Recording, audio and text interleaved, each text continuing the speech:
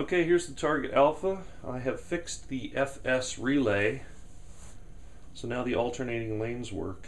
Turns out it's a combination of cleaning it, and there's a small spring that runs underneath the toothed gear, and reading the actual manual, it tells you how to adjust it.